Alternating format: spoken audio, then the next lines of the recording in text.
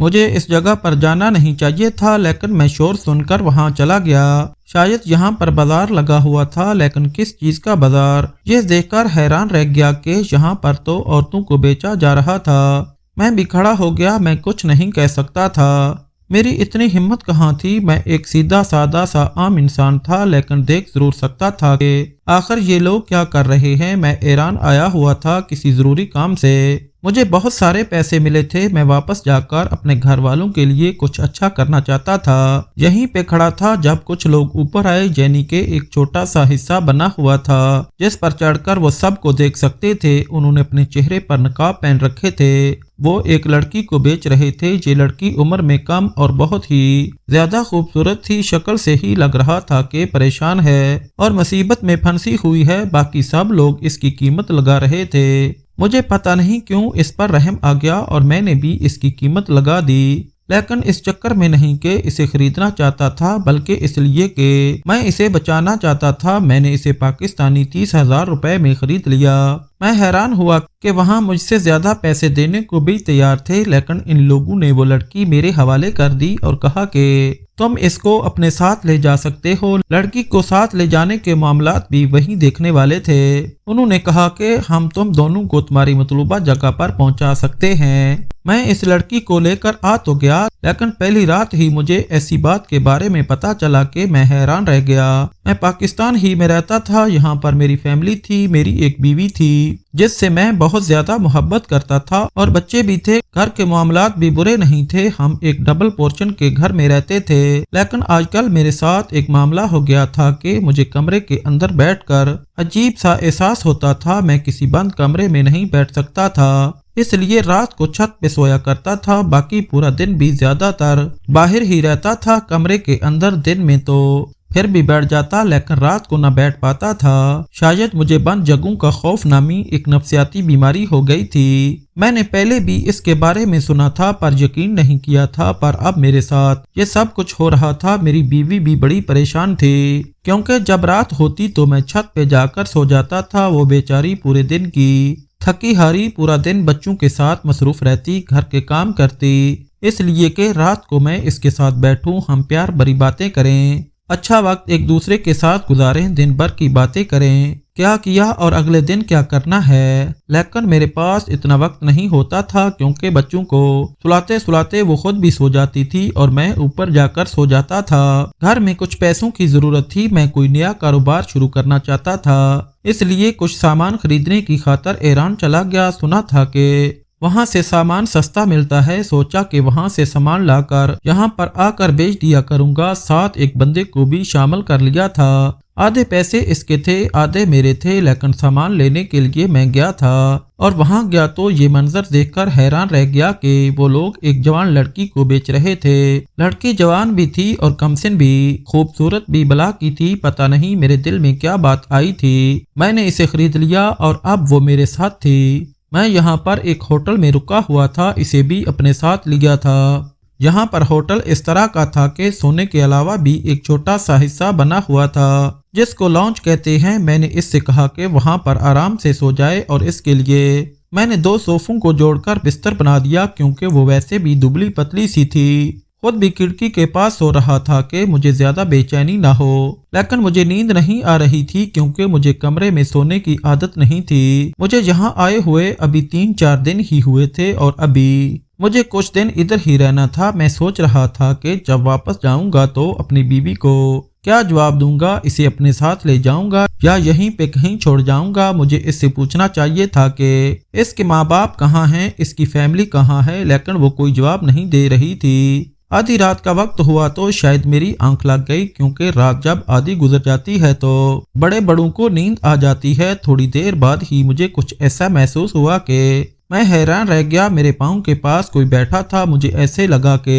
کوئی میرے بالکل پاس بیٹھا ہے اور میرے پاؤں دبا رہا ہے۔ میں نے ایک جھٹکے سے آنکھ کھولی تو میں حیران رہ گیا، یہ تو وہی لڑکی تھی جو میرے قریب بیٹھی تھی، جسے ابھی میں نے خریدا تھا۔ وہ باقاعدہ میرے پاؤں دبا رہی تھی۔ میں نے پاؤں پیچھے کر لیے اور میں گھبرا گیا۔ میں نے کہا کہ یہ کیا کر رہی ہو، تم دور ہٹ جاؤ، تو وہ گھبرا گئی جیسے میں نے اسے ڈانٹ دیا ہو۔ حالانکہ میں نے اسے ڈانٹا تو نہیں تھا، لیکن جلدی جلدی میں یہ کہا تھا کہ وہ مجھ سے دور ہٹ جائے۔ میں نے کہا کہ یہ سب کیا کر رہی ہو؟ تو اس نے اشارے سے کہا کہ میں آپ کے پاؤں دبا رہی تھی۔ میں نے کہا مجھے پتا ہے کہ پاؤں دبا رہی تھی، لیکن اس کی کوئی ضرورت نہیں ہے، تمہیں یہ سب کرنے کے لیے نہیں لایا، تم یہاں کیوں آئی؟ وہ بھی آدھی رات کو۔ میں حیران تھا کہ میں سو رہا ہوں اور یہ یہاں میرے پاؤں دبانے لگ گئی ہے، یہ کیا حرکت ہے؟ اب وہ دور ہٹ گئی۔ میں نے اسے کہا کہ جا کر سو جائے۔ وہ میری ہر بات ایسے مان رہی تھی جیسے میں نے اسے جو حکم دے دیا اگر اس نے پورا نہیں کیا تو اس کے لیے بہت برا ہوگا۔ صبح ناشتہ آیا تو میں نے اس سے کہا کہ ناشتہ کر لو۔ میرا دوست مجھ سے پوچھ رہا تھا کہ اسے کیوں لے آئے ہو؟ وہ یہ اس لیے پوچھ رہا تھا کیونکہ وہ مجھے اچھی طرح جانتا تھا، جبکہ اسی ہوٹل میں ہمارے ساتھ ایک اور آدمی بھی رکا ہوا تھا۔ اس نے مجھ سے کہا کہ تم تو بڑے رنگین مزاج لگتے ہو، تمہیں بڑی اچھی چیز مل گئی۔ میں نے کہا کہ ایسی کوئی بات نہیں ہے۔ اس نے کہا یہاں پہ لوگ عورتوں کو اس لیے خریدتے ہیں اور کیا بات ہو سکتی ہے؟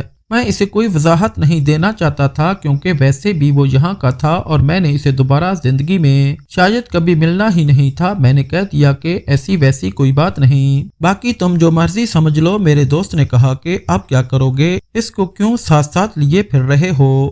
مجھے نہیں پتا یار، بس مجھے ایسا لگا کہ اس کو مدد کی ضرورت ہے تو میں اسے اپنے ساتھ لے آیا۔ تم پتا کرو کہ اس کا یہاں پہ کوئی گھر ہے تاکہ ہم اس کو وہاں چھوڑ سکیں۔ میرے دوست نے کہا کہ پھر جو پیسے تم نے اس کے لیے بھرے ان کا کیا؟ میں نے کہا کہ کوئی بات نہیں، شاید وہ اسی کے نصیب کے تھے جو اسی پر خرچ ہو گئے۔ میرا دوست ادھر کا مقامی تھا۔ اس نے کہا کہ ٹھیک ہے، میں پتا کرتا ہوں۔ میں اسے ناشتے کے ٹیبل پر بٹھا کے خود اپنے دوست سے بات کر رہا تھا۔ مجھے لگا کہ تب تک وہ ناشتہ کر لے گی، لیکن جب واپس آیا تو اس نے ناشتہ نہیں کیا تھا۔ میں نے کہا کہ کھانا کھا لو، ناشتہ کیوں نہیں کھا رہی ہو؟ جب میں نے اشارہ کیا تو وہ سمجھ گئی کہ میں اسے ناشتے کے لیے کہہ رہا ہوں تو وہ فوراً ناشتہ کرنے بیٹھ گئی۔ میں نے اپنے دوست سے کہا کہ یار یہ میری ہر بات مان رہی ہے، اس نے مجھے کیا سمجھ لیا؟ اس نے کہا کہ اس نے تمہیں اپنا مالک سمجھ لیا کیونکہ تم نے اس کی جان بھی بچائی ہے اور اس کے پیسے بھی ادا کیے ہیں۔ میں نے کہا کہ اس کا مطلب میں اسے جو کہوں یہ کرے گی؟ تو میرے دوست نے کہا کہ ہاں، تم اس کو جو کہو گے یہ آنکھیں بند کر کے کرے گی۔ میں نے کہا کہ کیا سچ میں؟ میرے دوست نے کہا کہ ہاں، لیکن تم اتنے حیران کیوں ہو رہے ہو؟ میں نے کہا کہ یار میں یہ بات سوچ کے حیران ہو رہا ہوں کہ ہماری ایک بیوی ہوتی ہے جسے ہم بیاہ کر لاتے ہیں، اس کے خرچے اٹھاتے ہیں، اس کے لیے ساری زندگی سہولیات کا انتظام کرتے ہیں، لیکن وہ بھی اس طرح سے نہ تو ہماری خدمت کرتی ہے اور نہ ہی بات مانتی ہے، اور میں نے اس کو خریدا اور یہ میرے لیے کچھ بھی کرنے کو تیار ہے۔ اس نے کہا کہ ہاں، اگر یہ تمہاری بیوی نہیں ہے؟ میں نے کہا کہ اگر میں اسے کہوں کہ میں اس کے ساتھ رشتہ رکھنا چاہتا ہوں، شادی کرنا چاہتا ہوں، بچے پیدا کرنا چاہتا ہوں تو کیا یہ انکار کر دے گی؟ تو میرے دوست نے کہا کہ نہیں، یہ انکار نہیں کرے گی، یہ تمہیں انکار کبھی بھی نہیں کرے گی۔ میں نے کہا کہ پھر تو یہ میری بیوی سے اچھی ہوئی نا؟ تو اس دوست نے کہا کہ نہیں یار، ایسا نہیں ہوتا، بیوی کا اپنا ایک مقام ہوتا ہے، وہ اگر آپ کے سامنے کوئی ضد کرتی ہے یا کبھی انکار کر دیتی ہے تو وہ بھی تو اپنا سب کو چھوڑ کے آئی ہوتی ہے نا، اپنے ماں باپ، اپنا رہن سہن، اپنا گھر، اپنا کمرہ، اپنی چیزیں، اور پھر آپ کے بچے بھی پیدا کرتی ہے،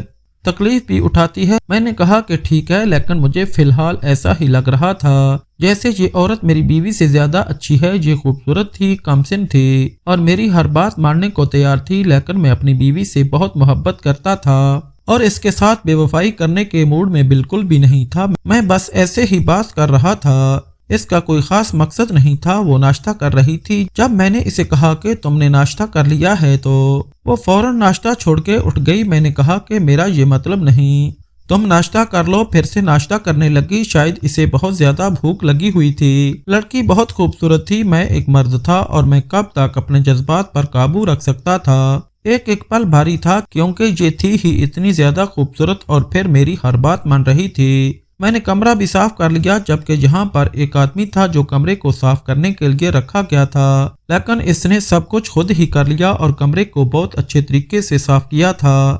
میں نے سوچ لیا کہ مجھے جلد از جلد اسے اپنے ساتھ لے جانا چاہیے یا پھر اسے اس کے ماں باپ کے حوالے کر دینا چاہیے۔ میں نے جس دوست کے ذمے یہ کام لگایا تھا کہ اس کے گھر والوں کا پتہ کرے، اس نے اس سے بات بھی کی تھی اور پوچھا بھی تھا کہ یہ کہاں رہتی تھی، کہاں سے آئی تھی، لیکن جب اس نے پتہ کیا تو اس نے کہا کہ اس کا تو یہاں پہ کوئی بھی نہیں ہے، اس کے ماں باپ اس دنیا میں نہیں ہیں، ان لوگوں نے اس کو اغوا کیا اور اس کے ماں باپ کو جان سے مار دیا۔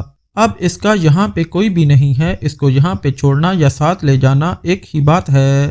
میں تو تمہیں کہتا ہوں کہ تم اس کو اپنے ساتھ لے جاؤ۔ میں نے کہا کہ میں اس کو اپنے ساتھ کیسے لے جا سکتا ہوں؟ اگر میں اسے اپنے ساتھ لے گیا تو میرے گھر میں وبال مچ جائے گا۔ اس نے کہا کہ کچھ نہیں ہوتا، تم ایک اچھے انسان ہو، ہم نے اس کی مدد کی نیت سے اس کو خریدا ہے۔ اپنی بیوی کو یہ سب کچھ بتانا تو وہ بھی مان جائے گی۔ میں خاموش ہو گیا، مجھے اپنی بیوی پر بھروسہ تو تھا، وہ اچھی عورت تھی، اس نے آج تک کبھی مجھ پر شک نہیں کیا تھا۔ کبھی کبھی وہ غصہ ہو جاتی تھی، ضد کرتی تھی، جھگڑا کرتی تھی، لیکن وہ سب تو نارمل تھا۔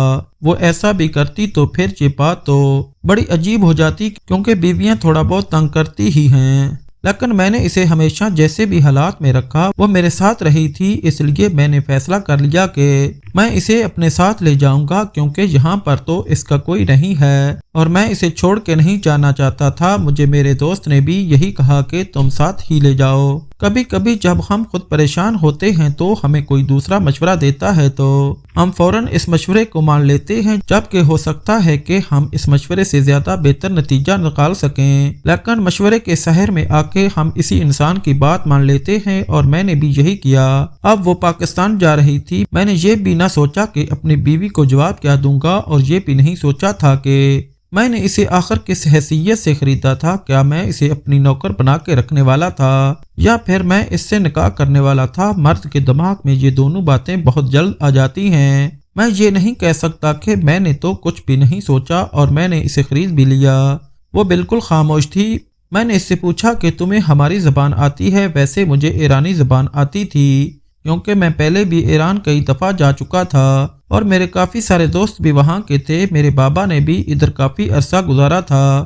میرے بابا کا تو کام ہی ایسا تھا کہ وہ آتے جاتے رہتے تھے، لیکن وہ میرے سے کوئی بات نہیں کر رہی تھی۔ اس نے سر جھکایا ہوا تھا، وہ بالکل خاموش تھی۔ میں نے اس سے پوچھنا چاہا کہ جو لوگ تمہیں بیچ رہے تھے وہ کون تھے، تو اس نے مجھے کچھ بھی نہیں بتایا، لیکن وہ گھبرا سی گئی۔ میں نے کہا کہ اچھا، پریشان نہ ہو، میں تم سے کوئی سوال نہیں کروں گا، مجھے اپنا نام بتا دو۔ جب میں نے اس سے پوچھا تو اس نے بس مجھے اپنا نام بتا دیا۔ اس کا نام ارجمن تھا۔ یہ نام میں نے پہلی دفعہ سنا تھا، لیکن ایسا لگتا تھا کہ کافی تاریخی نام ہے۔ ویسے وہ خود دبلی پتلی سی اور کافی چھوٹی عمر کی لگتی تھی، ایسے میں اس کا نام اس کے لیے کچھ زیادہ ہی بھاری تھا۔ میرا گھر آنے والا تھا اور میں سوچ رہا تھا کہ میری بیوی کا رد عمل کیا ہوگا۔ وہی بات ہوئی جس کا ڈر تھا۔ جب میں گھر میں داخل ہوتا تھا تو میری بیوی فوراً ہی میرے گلے لگ جاتی تھی اور پوچھتی تھی کہ دن کیسا رہا، آپ کیسے ہیں، پانی پوچھتی تھی، بیگ پکڑتی تھی۔ آج تو میں ویسے بھی کافی دنوں کے بعد آ رہا تھا، لیکن جیسے ہی اس نے مجھے دیکھا وہ حیران رہ گئی، کیونکہ میں اکیلا نہیں تھا، میرے ساتھ ایک لڑکی تھی، وہ بھی اتنی زیادہ خوبصورت۔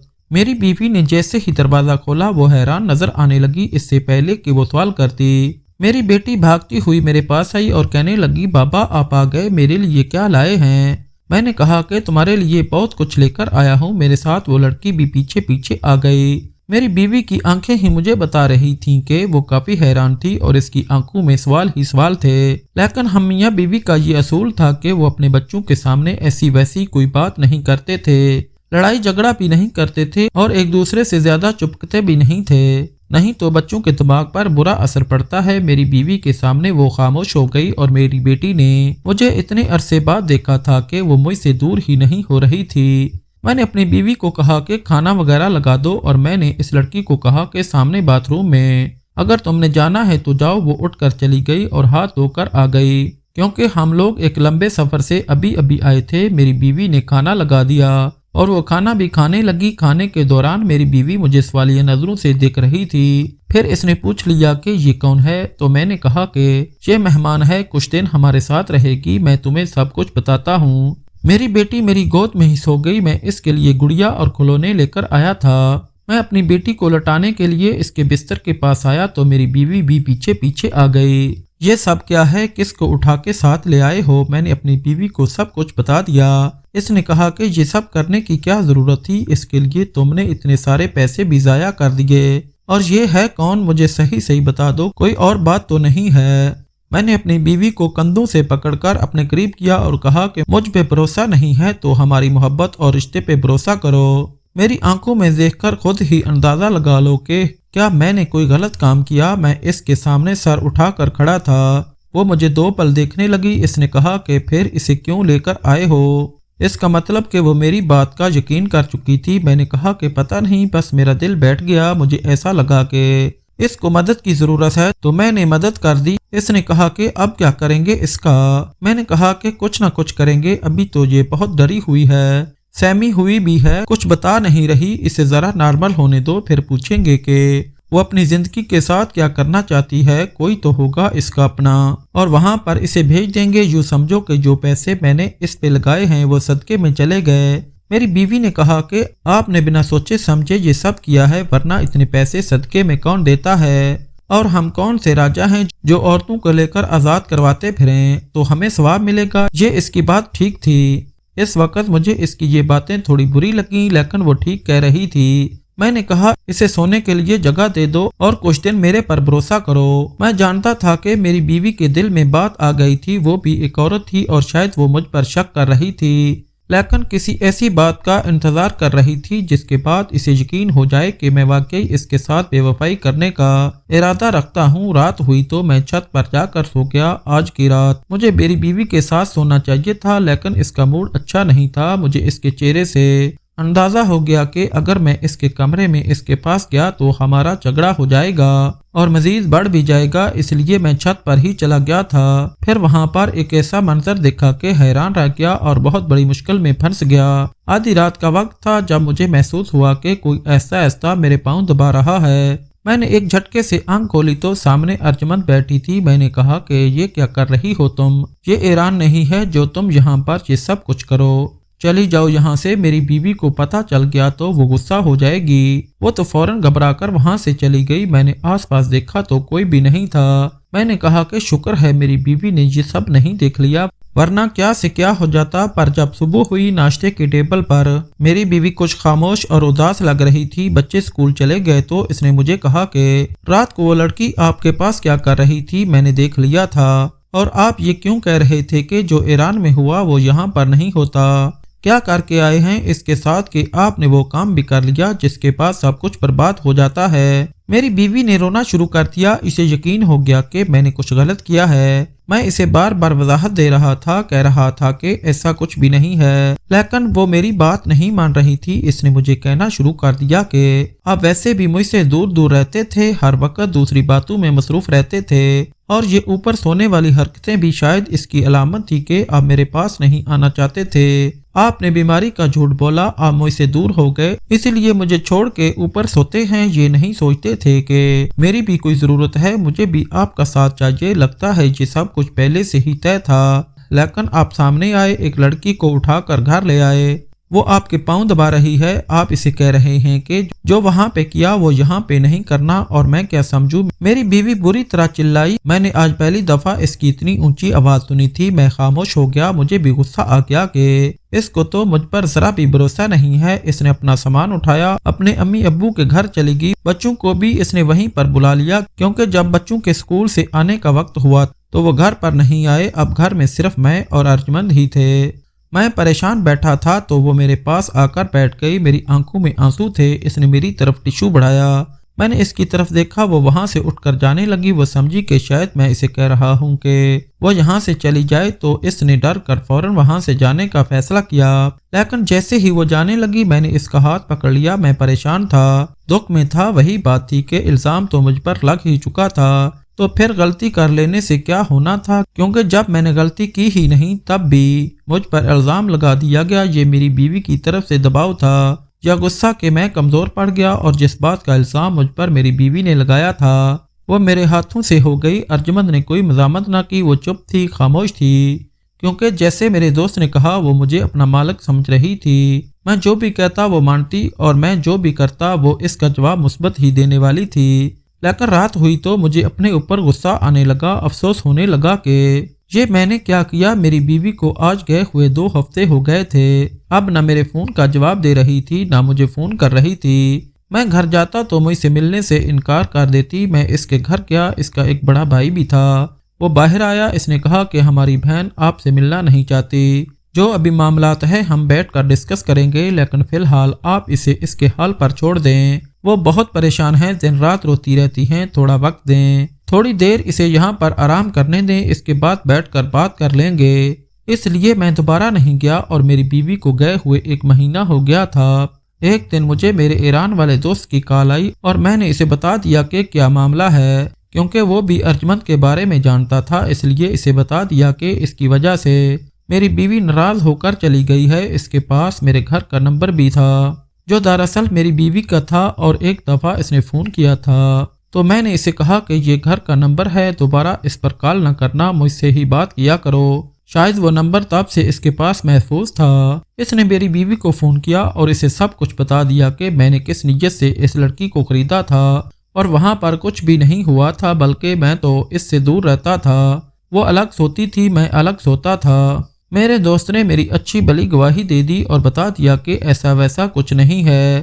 میری بیوی کو احساس ہو گیا کہ اس نے غلط سوچا ہے، کیونکہ اگر میں نے وہاں پر اس لڑکی کے ساتھ کچھ نہیں کیا جب وہ میرے ساتھ اکیلی تھی اور میری بیوی بھی وہاں پر نہیں تھی، تو پھر میں یہ کام تب کیسے کر سکتا ہوں جب ہم دونوں ایک ہی گھر میں تھے۔ میری بیوی اگلے ہی دن گھر آ گئی، میں نے دروازہ کھولا تو میں حیران رہ گیا، وہ واپس آ گئی تھی۔ بچوں کو دیکھ کر دل کو سکون آیا، بیوی بھی آتے ہی گلے لگ گئی۔ اس نے کہا کہ مجھے معاف کر دیں، آپ کے دوست کی کال آئی تھی، اس نے مجھے سب کچھ بتا دیا، میں بھی کیا کرتی، صورتحال ہی ایسی تھی، بس آپ اس لڑکی کو یہاں سے بھیجتے، میں اسے یہاں برداشت نہیں کر سکتی۔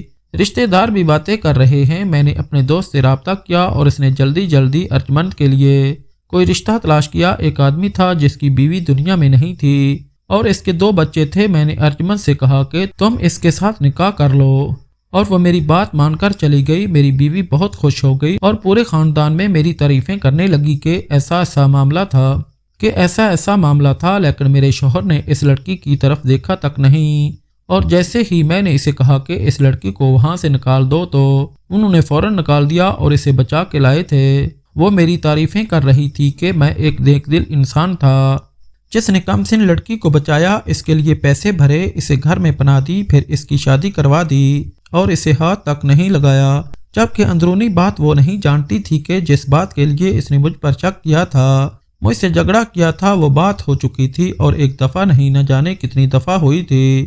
کون تھا اس سب کے پیچھے؟ کیا یہ صرف میری غلطی تھی یا میری بیوی کی، جس نے میرے ساتھ جھگڑا کیا، مجھ پر بھروسہ نہیں کیا، اور غصے میں آ کر میں نے وہی سب کر ڈالا جس کے لیے مجھ پر شک کیا جا رہا تھا۔